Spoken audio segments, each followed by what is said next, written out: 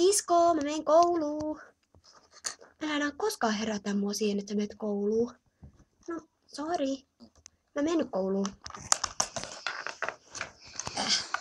Nyt alkaa syödä aamupalaa, pitääkin itse mennä kouluun. Oikeastaan ehkä nyt syökkää aamupalaa, koska sisko on saattanut syödä tosta tai jotain sellaista, se voisi olla vähän ällöä. Mä vaihan vaatteet, hetkonen. Daisy, mitä sä teet mun kotona? No sä sanoit, että mun piti kuvata sun aamuun niinku video. Ai sanoinko? No kuvasit sä niinku koko yön? Joo, mä leikkaan sen pois. Okei. Mut ei saa kattoo. Mä vaihan vaatteita. En kato.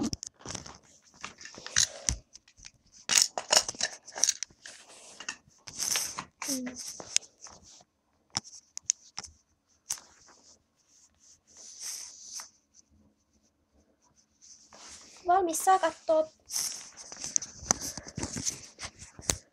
Sä näytät upealta. No, pitää mennä kouluun.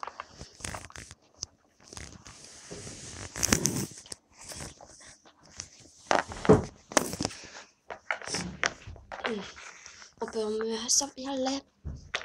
Meillä on tänään muuten sijainen. Jaa. Mun pitää olla kamerassa. Mun pitää olla kamerassa. Miksi mun työtit kamerakouluun? Ei kuulu sulle. Toivottavasti se sijaisope ei ole sika. Sijat on niin uteliaita ja tyhmiä. Anteeksi kuinka.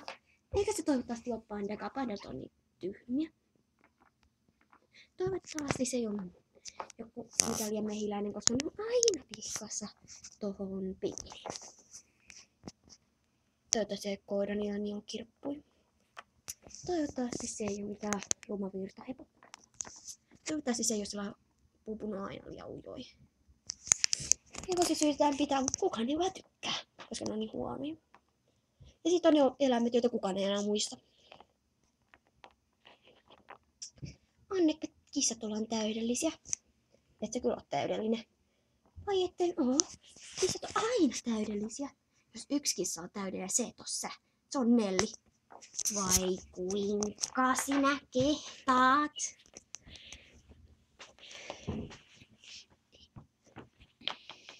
Ja nyt varoitan teitä.